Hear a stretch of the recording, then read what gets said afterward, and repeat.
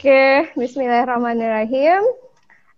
Assalamualaikum warahmatullahi wabarakatuh. Kali ini kita kedatangan tamu jauh sekali dari Lebanon. Nanti kita akan minta keterangan lebih lanjut. Untuk informasi awal, siapa bintang tamu kita kali ini, itu adik kita juga, asli dari Ranah Minang, asli dari Payakumbuh, jauh-jauh merantau ke negara di sana, entah di mana ya. Namanya Yeski Putri Utami, tamatan dari UNP 2012, seseorang yang smart, kemudian dia juga orang yang kreatif, cepat belajar, pekerja keras, pokoknya mantap semua untuk pribadinya itu patut kita acungi jempol. Baik, kita sapa dulu Yeski. Assalamualaikum. Waalaikumsalam, apa kabar Kak Nova? Baik, alhamdulillah. Ki gimana? Alhamdulillah, Alhamdulillah. dengan semua chaos-chaos ini, alhamdulillah sehat, baik-baik saja. Iya, di sini di Natuna sekarang jam 17:17, ya hampir setengah 6. Di Beirut ini 13.17. Oke, 13:17 di Beirut. Jadi waktu kita cukup singkat, tapi mudah-mudahan ini menjadi bermakna dan berkesan. Kita dapat informasi terbaik atau tertentu dari seseorang yang sekarang menjabat sebagai Sekretaris Duta Besar RI di Lebanon. Sebelum kita masuk ke pertanyaan inti, kita juga penasaran nih, kenapa Yeski, seorang gadis dari Payakumbuh, bisa-bisa tiba di negara tersebut. Mungkin jelaskan dulu negara Lebanon itu termasuk benua apa. Nanti video ini mungkin bisa didengarkan oleh siswa-siswa gitu. Silahkan Ki. Oke, sedikit memperkenalkan diri. Saya Yeski Putri Utami, lulusan Universitas Negeri Padang tahun 2012. Kemudian saya melanjutkan S2 saya di Universitas Indonesia. Nah, setelah lulus itu mulai meniti karir awalnya sebagai dosen dan guru, lebih ke bidang kependidikan. Kemudian setahun yang lalu, 2019, itu saya alhamdulillah dapat tawaran untuk menjadi sekretaris. Nah, awalnya sih agak gimana ya, bisa nggak ya, kan biasanya dosen, biasanya guru, biasanya dunia pendidikan, ini jadi sekretaris, masuk birokrasi dan langsung ke badan pemerintahan di luar negeri, bukan di dalam negeri gitu. Ada keraguan di sana, tapi kenapa tidak? Kenapa tidak dicoba? Di sini, kenapa bisa jadi sekretaris? Karena pertama ada tawaran, ada tawaran. Jadi di sini kita yang saya pelajari dan saya sarankan untuk teman-teman semua, adik-adik semua itu binalah networking yang baik dengan semua hubungan sosial Anda. Nah, disinilah kesempatan itu akan muncul, gitu. Ada jaringannya ya. Berarti silaturahimnya diperpanjang gitu kan, diperbanyak gitu. Silaturahim dengan siapa saja dan jangan lupa jangan memilih-milih. Ketika kita belum punya pengalaman itu jangan memilih-milih. Gitu. Mungkin nanti kalau sudah profesional atau sudah tingkat dewa gitu, mungkin kita yang ini kayaknya enggak deh gitu. Enggak, tapi selagi masih muda, ayo kita coba semua kesempatan yang ada. Betul gunakan kesempatan. Negara Lebanon sendiri, gimana posisinya, geografisnya dulu? Dari segi geografisnya itu Lebanon itu masuk ke dalam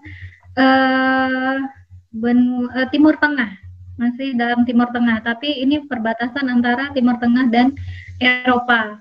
Nah, karena Lebanon ini adalah bekas jajahan Paris alias Prancis, maka Lebanon ini sering dikenal sebagai Paris Pan Middle East.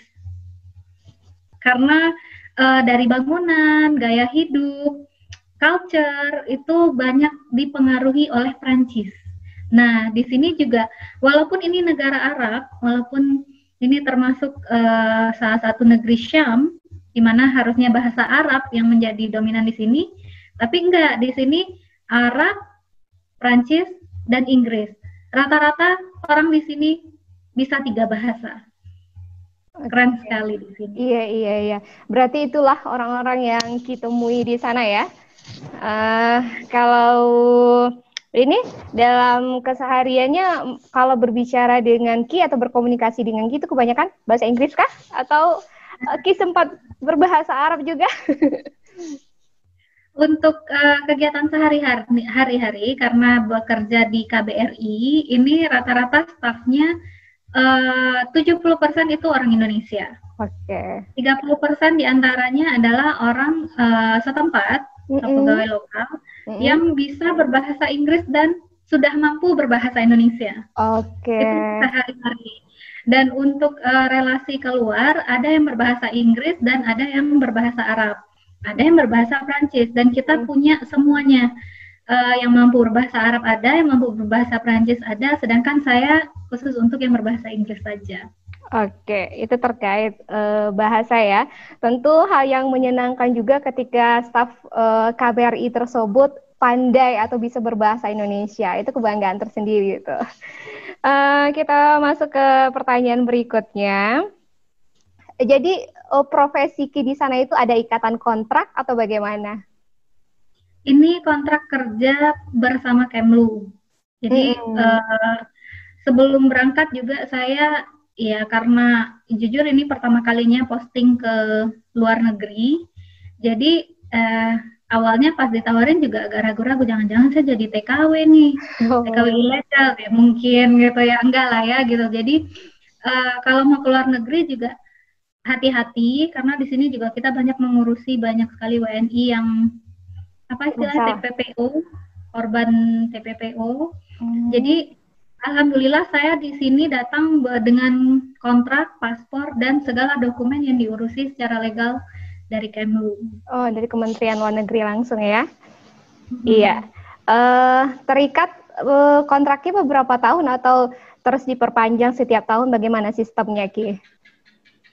Khusus untuk Sekretaris Dubes, ini adalah status yang sedikit istimewa karena tidak melalui proses seperti CPNS atau tes atau apa, karena ini adalah privilege yang diberikan kepada dubesnya untuk memilih sekretarisnya. Jadi kontraknya itu tidak ada tanggalnya, tetapi bunyinya adalah selama dubesnya masih menjabat. Oh iya. Selama dubes menjabat. Dubesnya udah berapa lama menjabat? Ini tahun kedua beliau. Oh, tahun kedua beliau. Tahun kedua beliau dan Ki masih bersama beliau. Alhamdulillah masih bersama beliau, banyak belajar sekali di sini. Oh, masih bersama. Belajar bersama orang yang sangat hebat ya. 2 tahun, insya Allah dipercaya untuk depannya ya. Semoga ya. Ini baru-baru ini kan lagi sibuk ya, kontak WA Ki, ternyata sedang ada kegiatan mungkin di KBRI, mungkin bisa diceritakan kepada kami yang orang-orang awam ini, yang melihat dari video beredar, ada sebuah ledakan itu dahsyat sekali, macam gempa gitu kan, memporak-porandakan, kemudian ada korban. Coba Ki ceritakan sedikit kronologisnya, lalu bagaimana keadaan sekarang, lalu apa sih kesibukan barusan gitu kan. Rencananya jam 9 dari Berut nih kan, tapi nggak jadi, jadinya geser ke siang. Ayo coba cerita dulu. Pak, ini sebenarnya pertanyaan yang sudah dijawab di mana-mana oleh Bapak Dubes ya. Oke. Di sini nggak ada TV, jadi nggak nonton. Maklum ya. Jadi nggak apa-apa. Saya bantu sedikit menjelaskan yang memang sudah statement yang sudah dikeluarkan oleh Bapak Dubes di mana sebenarnya. Ini kejadian di Beirut yang terjadi 4 Agustus 2020 pukul 18.08. Itu terjadi awalnya kebakaran gudang.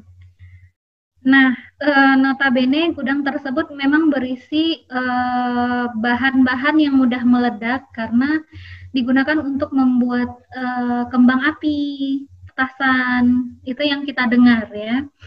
Kemudian somehow meledak. Nah, sedangkan yang meledak itu adalah gudang di sebelahnya yang terpapar api yang berisi amonium nitrat. Amonium nitrat yang itu yang bahan pupuk yang putih-putih, pupuk buatan yang biasanya petani pasti tahu. Saya kurang tahu namanya apa kalau di kampung ya. Nah, itu jumlahnya 7,5 ton. Itu berguna untuk tanaman dengan jumlah yang benar, tetapi itu juga mudah terbakar. Nah, dengan jumlah 7,5 ton yang terbakar itu akhirnya menimbulkan ledakan yang sangat-sangat besar. Nah, itulah statement resmi dari pemerintah so far ya. Ada banyak sekali teori di belakangnya. Ada yang bilang bom lah, ada yang bilang roket lah, ada yang bilang macam-macam. Tapi dari pemerintah Libanon sendiri belum mengeluarkan statement apa-apa. Jadi saya juga tidak berani menyebarkan hoax. Benar. Nah, dan untuk akhir-akhir ini sibuk ini mendampingi Bapak Dubes. Nah, itu salah satu job desk-nya sekretaris. Jadi dimanapun beliau kita harus ready di sana untuk mendampingi beliau. Ini banyak sekali wawancara dengan TV, banyak sekali conference, banyak sekali meeting berkaitan dengan kejadian ini gitu. Nah, tapi tetap sekretaris di belakang layar ya. Baru ini di depan layar. Gak apa-apa. Justru yang di belakang layar itu lebih luar biasa. Amin. Ya. Hari Minggu ini posisi masih di kantor atau gimana nih, Ki? Berhubung kediaman Dubes dengan kantor itu satu gedung, jadi saya sengaja ke kantor aja, nggak di rumah biar nggak menimbulkan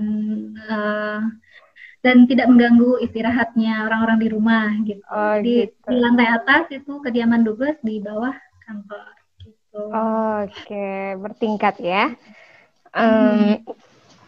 Jadi itulah memang penting kita juga ingin klarifikasi kebenaran karena kalau diikuti berita-berita yang beredar di luar, ada yang video amatir keluar, kemudian dilingkari di videonya itu roket gitu kan. Jadi masyarakat awam itu sangat terpengaruh, apalagi bagi kita-kita yang tidak paham apa sebetulnya yang terjadi. Bahkan hanya memakan mentah-mentah saja berita tersebut. Ini betul nih, ini ada ini nih, gitu kan, beragam-ragam opini yang keluar, bahkan jadinya hoax, berita bohong, dan itu patut kita klarifikasi. Apalagi media itu sangat berfungsi untuk mengontrol masyarakat ya, Ki. Benar sekali, benar sekali. Dan jangan terlalu mudah percaya. Sebelum ada statement resmi dari pemerintah, sebaiknya ya nikmati saja cerita yang menarik-menarik itu, gitu. Nggak usah diambil sebagai sebuah kesimpulan. Benar-benar. Nah, kalau terkait korban, apakah ada korban dari WNI atau gimana dengan korban-korban di warga Lebanon sendiri, Ki? Kalau WNI kita ada satu yang terdampak, itu luka-luka, sempat karena berada di sekitar kejadian. Namun saya tidak bisa menyebutkan namanya karena itu privacy. Tapi alhamdulillah sekarang beliau sudah baikan dalam kondisi yang masih shock tapi fine gitu. Dan untuk warga Libanon sendiri, berita terakhir sampai hari ini yang saya dengar itu ada 154 korban jiwa dan 60 korban Meninggal. hilang, Oh, hilang. belum ditemukan. Kemudian 5.000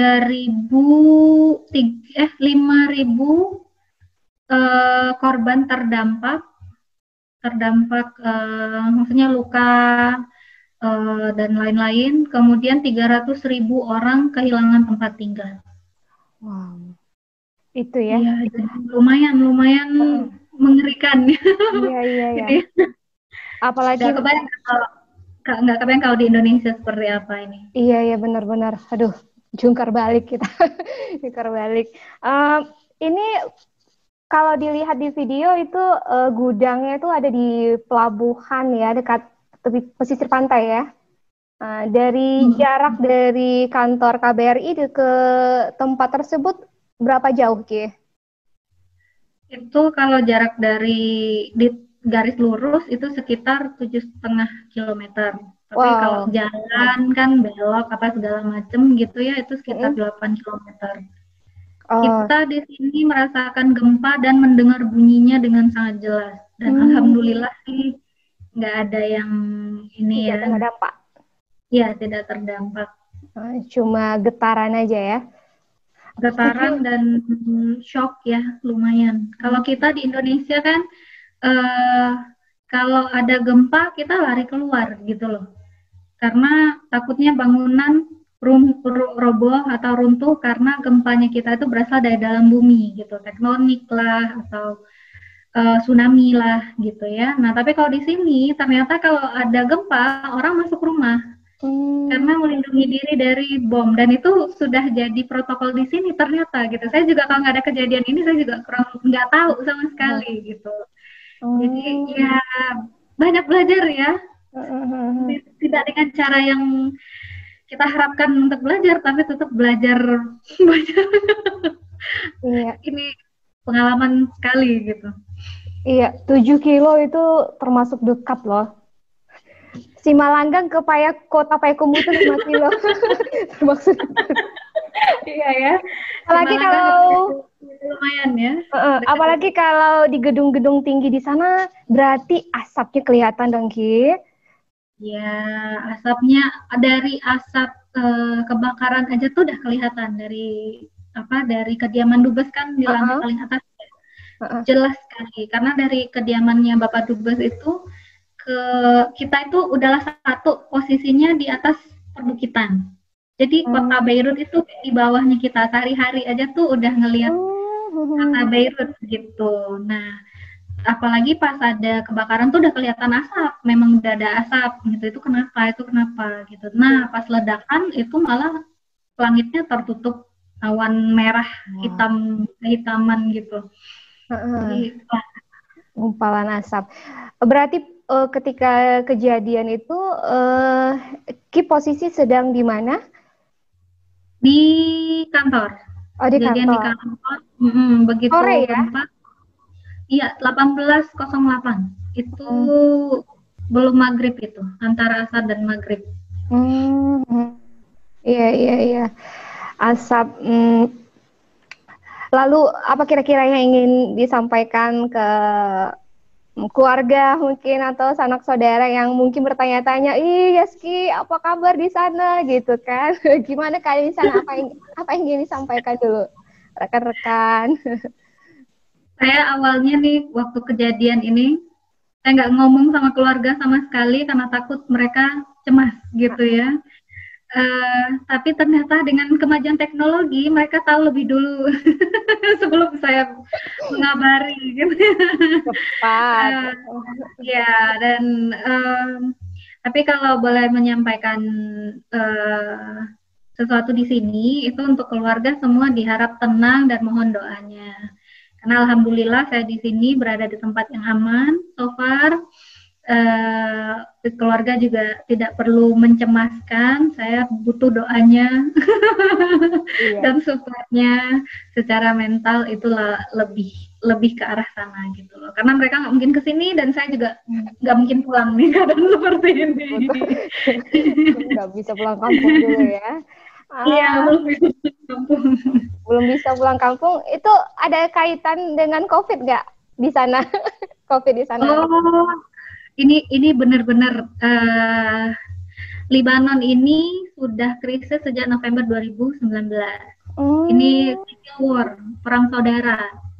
Itu antara masyarakat dengan pemerintah. Kemudian sejak Februari 26 2020 itu lockdown dimulai karena COVID. Nah, sekarang tanggal 4 Agustus 2020 ada ledakan seperti ini. Ini benar-benar cobaan hebat ini untuk negaranya gitu loh. Udahlah krisis, pandemi, ledakan lagi. Wah, sungguh dahsyat sih menurut saya ya. Berarti aktivitas juga terbatas, tidak bisa terlalu bebas seperti biasa ya? Iya. Kak, boleh sebentar nggak Kak? Lanjut. Iya, silakan aja, pasang aja. Lanjut aja.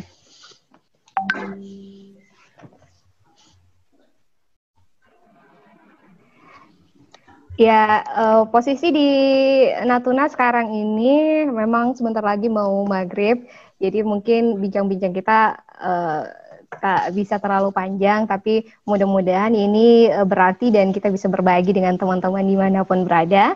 Yeski Putri Utami ini dulu juga pengurus organisasi di Universitas Negeri Padang, tepatnya BEM ya. Ki dulu di BEM ya, Ki? BEM dan BPM. Oh ya, BEM dan BPM. Sekarang sudah sampai di negara Lebanon. Tadi juga bercerita tentang COVID dan juga krisis ekonomi. Berarti aktivitas tidak bisa leluasa ya, Ki. Terbatas juga. Bagaimana pasokan makan dan segala macamnya? Wah, ada isu sih bahwa akan sulit nih mendatangkan makanan karena semua barang-barang di Lebanon itu impor. Lebanon itu hasil buminya sangat-sangat terbatas.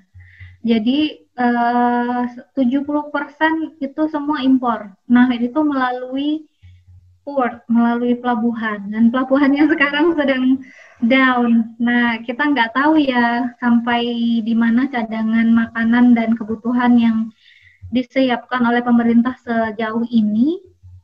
Tapi semoga nanti akan cepat pulih gitu ya. Saya nggak bisa memastikan statement ini, cuman ada isu bahwa akan sulit dalam waktu 1 bulan ke depan. Oh, berarti itu perlu diwaspadai dan bisa ditanggapi secara cepat oleh masing-masing warga ataupun para penduduk yang lain ya. Semoga saja ya. Karena sekarang lagi demo, pada demo masyarakatnya. Demo pemerintah karena pemerintah tidak mempedulikan mereka sama sekali. Wow. Waduh, banyak cerita tuh di Lebanon. Udahlah ledakan, ada demo warga gitu kan. Jadi pasar gimana? Pasar atau mall gimana di sana, Ki? Pasar sih kebanyakan pasar yang udah banyak yang tutup itu sejak lockdown ya. Sejak bulan ketiga di sini lockdownnya nggak seperti di Indonesia. Di sini lockdownnya beneran lockdown dan dikawal oleh tentara gitu loh. Jadi memang daya beli dan daya jual juga jadi berkurang. Dan pasar tradisional itu ada yang sudah tutup, ada yang masih jalan tapi sangat sepi. Kemudian kebanyakan warga juga kalau belanja itu lebih ke supermarket kayak Carrefour atau di sini yang lokal namanya Happy atau Spinneys. Nah, kalau kecuali sayur-sayuran seperti kacang panjang, kangkung, di sini sulit sekali mendapatkan bahan-bahan makanan seperti itu atau pucuk ubi. Itu semua impor dan itu makanan yang mahal di sini, lebih mahal daripada Seberapa mahal Kak itu? Harga rupiahnya berapa mahal? Itu satu ikat Pucuk ubi? Apa? Pucuk ubi. Ubi itu sekitar 5.000 atau 8.000 lira sebanding dengan kali 10.000 di Indonesia. Oh, oke deh. Padahal di Indonesia itu biasanya seikat cuma 5.000 gitu. Gratis, malahan gratis. Terus malah bisa petik. Ambil aja pucuk ubi tetangga. Baru kemarin Kak curi depan pustu. Aduh, ternyata Iya. ya, syukuri dimanapun berada, bener nggak? Di sini itu memang susah juga pasokan sayur-sayuran, tetapi tak seteruk itu.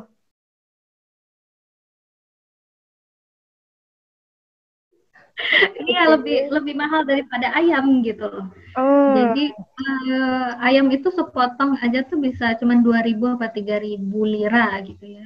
20.000 oh, atau 30.000. Sedangkan sayurnya seikat itu 8, wow. 8 lira, 8.000. Berarti sayur itu sangat berharga di sana. Kalau sayur yang biasa kayak yang apa kol atau Ah, terong atau yang seperti itu banyak gitu loh. Jadi harganya juga biasa. Tapi yang dari Asia, sayur-sayuran dari Asia itu ya gimana? mahal gitu. Oh ya satu lagi, yang mahal di sini tuh cabe. Hmm. Karena orang Libanon itu pilihan makanan mereka itu hanya manis, asam, asin. Oh. Pedas buat mereka itu ya gimana ya? Jadi cabe di sini eh, yang beneran dari Asia yang pedas itu mahal. Mhm. Sedangkan cabe yang biasa mereka konsumsi yang gede-gede itu, yang kalau kita lihat mukbang mereka makan cabe gede di Oh gigi iya ya. aja, Heeh. itu nggak pedas sama sekali. Ya ampun sayuran itu. Sayuran, oke. Oke. Sayuran. Aduh. Aduh. Jadi untuk kurban kemarin gimana? Nah, kalau saya pribadi sih tetap kirim ke Indonesia. Hmm. Karena di sini eh, kambing harus kambing, terus dibayar dalam dolar. Terus saya pikir kayaknya kalau di kampung lebih ini deh, lebih banyak yang membutuhkan gitu. Hmm. Oh, tapi Nah, jadi berarti di sana Ki mengikuti kurban di sana atau gimana? Idul Adha menghadiri menghadiri. menghadiri atau apa enggak. Kalau di sini kurban itu khusus laki-laki, perempuan Oh, enggak boleh ikut. iya iya iya iya. Laki-laki Hmm. yang banyak beraktivitas keluar ya. Nah, Iya, apalagi dengan keadaan pandemi dan lain-lain itu di limit sangat-sangat terbatas. iya. Berarti untuk sholat Idul Adha-nya kemarin? Dengan Bapak Dubes sekeluarga, karena Oh. saya tinggal dengan beliau, jadi kita di rumah saja, masih Mhm. hashtag di rumah aja. Mhm. Jadi ini udah 2 kali Lebaran ya, Idul Fitri dan Idul Adha. Ini alhamdulillah salat salat berjamaah dengan Bapak Dubes. Iya, Jadi iya. disyukuri saja, sangat disyukuri. Oh, itu suka dukanya begitu ya. Ya Oke. mau gimana lagi, karena nggak mungkin pemerintah membuka akses untuk ke masjid tapi bersyarat. Oh. Jadi karena ada protokol COVID, Mm-mm. wanita tidak boleh, Mm-mm. terus anak-anak tidak boleh, Mm-mm. lansia tidak boleh. Kemudian yang kalau datang itu harus bawa sajadah sendiri, bawa hand sanitizer, lengkap dengan gloves dan eh, masker. Dan itu dijalankan gitu ya, bukan bukan cuman aturan gitu. Iya, iya, iya. Dijalankan, dipatuhi oleh semua warga. Mm-mm. Untuk kasus COVID-nya sudah berkurang, ada perkembangan atau gimana? Eh, Sekarang naik sangat-sangat naik ya ketimbang fase awal yang biasanya cuma 10 orang, 20 orang, maksimal 30 orang. Ini kemarin terakhir 200 orang Oh, sehari. wow. Jadi cukup mengerikan juga angka COVID dan di luar sana juga sedang chaos ya. Eh, Makanya saya bilang ini krisis Iya, krisis yang berat sekali untuk negara Libanon gitu. iya ya, seperti yang Ki jelaskan tadi ya. Eh, Hmm. oke Ki, di sini udah gelap, udah mau maghrib. Mungkin sebetulnya banyak hal yang mesti kita korek-korek, ingin ketahui, tapi karena keterbatasan, kita cukupkan sesi-sesi tanya-tanya jawabnya. Kak sendiri terima kasih sekali kesempatan yang diberikan langsung dari Sekretaris Makasih Duta juga. Besar. Makasih juga. Ja, Udah mau mendengarkan sharing ya, dari orang yang biasa di belakang layar. sekarang di depan layar gitu ya. Ya. Jaga diri baik-baik di sana, jaga kesehatan. Mudah-mudahan COVID cepat berlalu, kemudian Lebanon juga cepat pulih kembali pasca ledakan. Ya, sampai jumpa di Payakumbuh kan. Oke. Amin. Terima kasih. Salah jika ada, mohon dimaafkan kekurangan segala macamnya. Kak tutup dulu. Assalamualaikum warahmatullahi wabarakatuh. Waalaikumsalam warahmatullahi wabarakatuh.